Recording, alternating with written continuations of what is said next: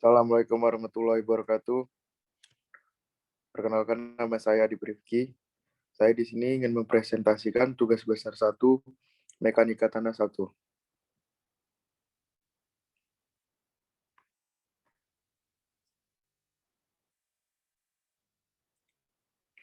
Untuk yang pertama, judulnya yaitu siklus batuan. Pengertian siklus batuan adalah daur hidup yang dialami oleh batuan pembentukan bumi. Pada dasarnya, batuan di bumi terbentuk dari magma dan seiring berjalannya waktu akan kembali ke dalam bentuk magma. Ini adalah tahapan siklus batuan. Mulai dari magma, ke batuan beku, selanjutnya ke batuan sedimen, selanjutnya ke batuan metamorfi, metamorf, dan selanjutnya akan kembali ke magma. Tahapan siklus batuan. Magma artinya kerak yang melebur akan membentuk zat cair yang panas dan dikenal sebagai magma. Magma yang mendingin kemudian akan mengeras dan menjadi batuan beku. Yang kedua, batuan beku. Pelapukan dan erosi akan memecah batuan beku menjadi kerikil, lumpur, dan menciptakan sedimen yang berukuran kecil. Selain oleh tenaga eksogen bumi tersebut, pelapukan batuan juga dibantu oleh organisme hidup. Yang ketiga, batuan sedimen. Batuan sedimen ini kemudian mengalami proses pelapukan sekali lagi, entah karena erosi atau aktivitas organisme hidup. Batuan sedimen kemudian membentuk batuan jenis lain dan juga batuan metamorf. Batuan metamorf. Batuan metamorf adalah batuan yang telah berubah bentuk karena panas atau tekanan yang sangat besar. Batuan metamorf kemudian terdorong jauh ke dalam permukaan bumi. Jelasan tanah dan batuan. Pengertian tanah dan batuan. Tanah adalah suatu hasil pelapukan biologi di mana komposisinya terdiri atas komponen batuan dan humus yang umumnya berasal dari tumbuhan. Batuan adalah bahan padat bentukan alam yang umumnya tersusun oleh kumpulan atau kombinasi dari satu macam mineral atau lebih. Jenis tanah. Ada yang pertama adalah tanah aluvial, tanah humus, tanah kapur, tanah vulkanik, dan tanah gambut. Jenis batuan. Bisa kita lihat di sini jenis batuan beku ada di gambar tersebut, batuan sedimen maupun batuan metamorf.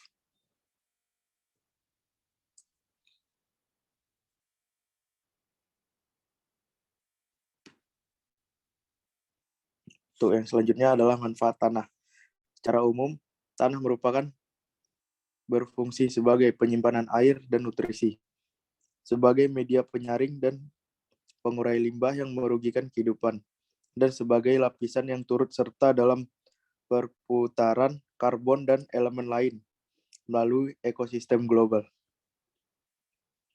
Untuk manfaat batuan, yang pertama, batuan berguna sebagai mantel bumi terkecil yang letaknya dikelompokkan pada permukaan bumi. Yang kedua, batuan juga bisa digunakan menjadi pondasi bangunan untuk bangunan dengan ketinggian kurang dari 10 meter. Untuk yang ketiga, batu juga dapat dipakai untuk memperindah fasade bangunan dengan memberikan warna dan tekstur unik dari batu alam. Yang keempat, batuan juga bermanfaat untuk mengetahui di mana bahan organik meninggalkan jejak dirinya pada batu. Hasil ini dikenali sebagai fosil. Untuk yang kelima, batuan tertentu juga berguna untuk perhiasan. Untuk yang pembahasan selanjutnya adalah penyelidikan tanah. Pengertiannya, uji penyelidikan tanah adalah kegiatan untuk mengetahui daya dukung dan karakteristik tanah serta kondisi geologi, seperti mengetahui susunan lapisan tanah atau sifat tanah, mengetahui kekuatan lapisan tanah dalam rangka penyelidikan tanah dasar untuk keperluan fondasi bangunan, jalan, dan lain-lain. Kepadatan dan daya dukung tanah, serta mengetahui sifat korosivitas tanah. Penyelidikan tanah dilakukan untuk mengetahui jenis fondasi yang akan digunakan untuk konstruksi bangunan. Selain itu, dari hasil penyelidikan tanah dapat ditentukan perlakuan terhadap tanah agar daya dukung dapat mendukung konstruksi yang akan dibangun. Dari hasil penyelidikan tanah ini akan dipilih alternatif atau jenis, kedalaman, serta dimensi fondasi yang paling ekonomis tetapi masih aman. Untuk tujuan penyelidikan tanah, yang pertama, menentukan sifat tanah yang terkait dengan perancangan struktur yang dibangun di atasnya. Menentukan kapasitas dukung tanah menurut tipe fondasi yang dipilih. Menentukan tipe dan kedalaman fondasi untuk mengetahui posisi muka air tanah, untuk memprediksi besarnya penurunan, menentukan besarnya tekanan tanah terhadap dinding penahan tanah atau pangkal jembatan, menyelidiki keamanan suatu struktur bila penyelidikan dilakukan pada bangunan yang telah ada sebelumnya. Pada proyek jalan raya dan irigasi, penyelidikan tanah berguna untuk menentukan letak saluran, gorong-gorong, penentuan lokasi, dan macam timbunan. Yang selanjutnya, jenis-jenis penyelidikan tanah di lapangan. Ada uji penetrasi standar atau SPT, uji penetrasi kerucut statis atau static penetration test atau sondir, uji beban plat, uji geser kipas, dan uji pressurimeter. Alat yang biasa digunakan adalah seperti sondir atau cone penetration test, bor tangan atau bor Ewen Auger, ada wash boring, dan rotary drill. Macam-macam struktur tanah. Yang pertama ada struktur tanah granular atau butiran, struktur tanah remah atau scrum, struktur tanah gumpal, membulat, dan bersudut, struktur tanah lempeng atau flatty, struktur tanah tiang atau kolumner, struktur tanah prismatik atau prismatik. Yang selanjutnya ada pengujian, analisis ayakan, dan analisis hidrometer. Tujuannya untuk mengetahui distribusi ukuran butir tanah kasar dan mengklarifikasikan tanah butir kasar berdasarkan koefisien keseragaman CU dan kurva distribusi ukuran butir. Untuk menghitung distribusi ukuran butir tanah berdasarkan sedimentasi tanah dalam air. Yang pertama, analisis ayakan atau shift analysis. Analisis ayakan atau shift analysis untuk partikel berdiameter lebih besar dari 0,075 mm atau gravel, sand, dan fines. Prosedurnya yaitu sampel tanah basah dikeringkan dengan menggunakan oven selama 24 jam. Sampel tanah yang telah kering biasanya berbentuk seperti gumpalan sehingga perlu dipecah menjadi partikel yang lebih kecil. Ambil 500 gram tanah, kemudian diayak dengan menggunakan ayakan yang tersedia. Selanjutnya menimbang berat tanah yang bertahan pada masing-masing ayakan. Prosedur yang pertama, ambil 50 gram sampel tanah yang lolos saringan nomor 200. Yang kedua, campur tanah dengan 125 cc larutan kalgon 4% sebagai loculating agent, diamkan 8-12 jam. Yang ketiga, campur kembali menggunakan mixer. Yang keempat, masukkan campuran ke dalam gelas ukur B dan ditambahkan aquades hingga 1000 cc. Tutup mulut gelas dengan karet lalu kocok agar tercampur data. Yang kelima, siapkan gelas ukur lain untuk pengukuran zero correction atau 875 cc aquades ditambah 125 cc larutan kalgon 4%. Yang keenam, letakkan kedua gelas ukur pada bak ukur yang telah diatur temperaturnya. Perhitungannya, pembacaan hidrometer yang sudah terkoreksi. Rumusnya RCP sama dengan R tambah FT tambah FZ. Keterangannya, R adalah pembacaan hidrometer, FZ pembacaan zero correction, FT koreksi temperatur. Untuk perhitungan presentase butiran halus, persen Weiner sama dengan A kali RCPWS kali 100%. WS sama dengan pembacaan hidrometer, A-nya adalah pembacaan zero correction, FT koreksi temperatur. Pengujian batas cair, batas plastis, dan batas susut.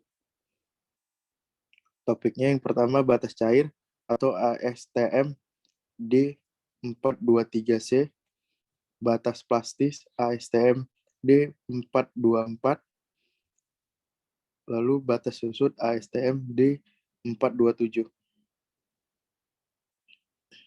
Yang pertama batas cair atau liquid limit.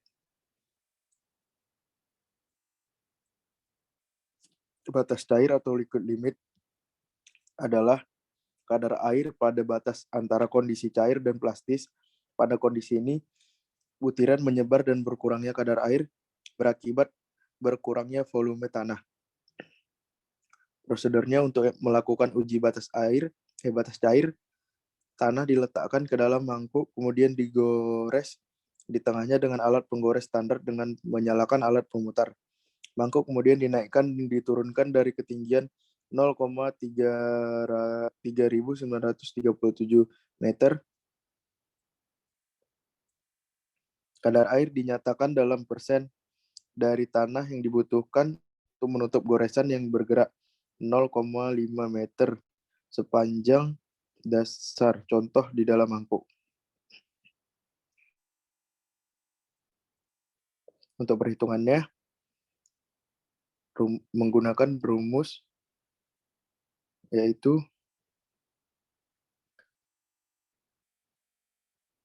WC sama dengan W1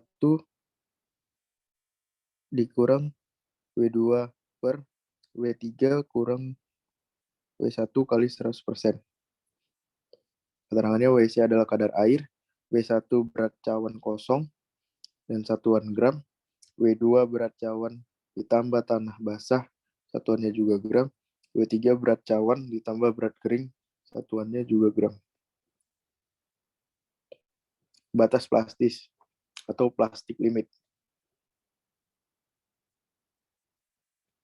Batas plastis adalah kadar air pada batas kedudukan antara plastis dan semi padat.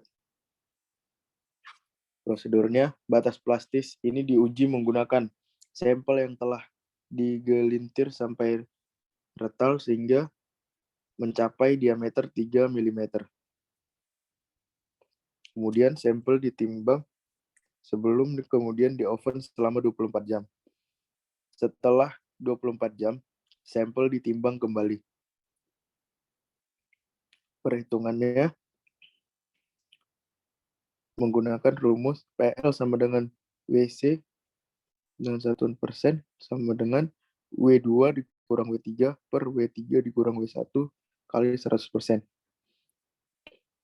Untuk keterangannya masih sama yang seperti yang tadi, namun PL adalah yang artinya plastic limit, satuannya persen.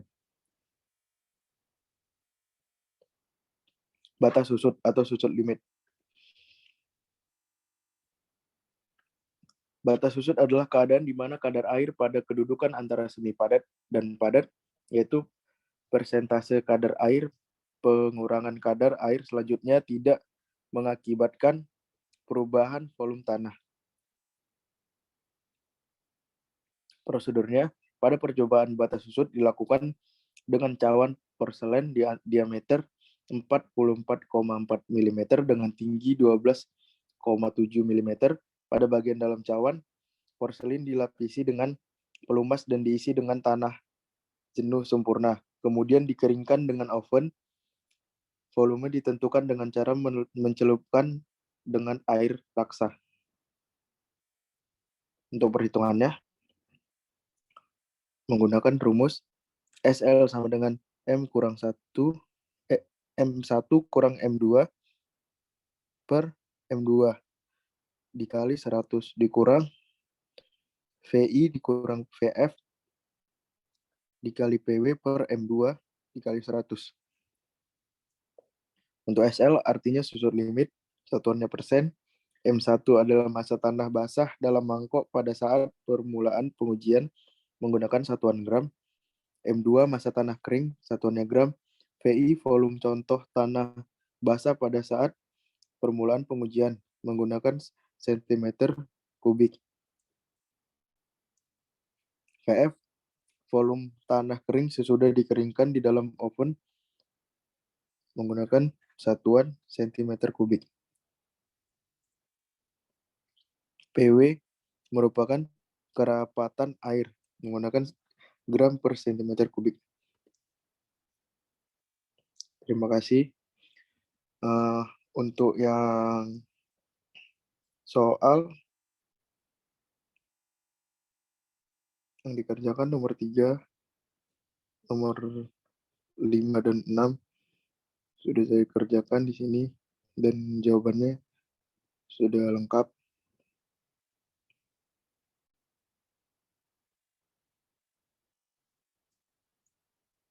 Bisa dilihat di sini.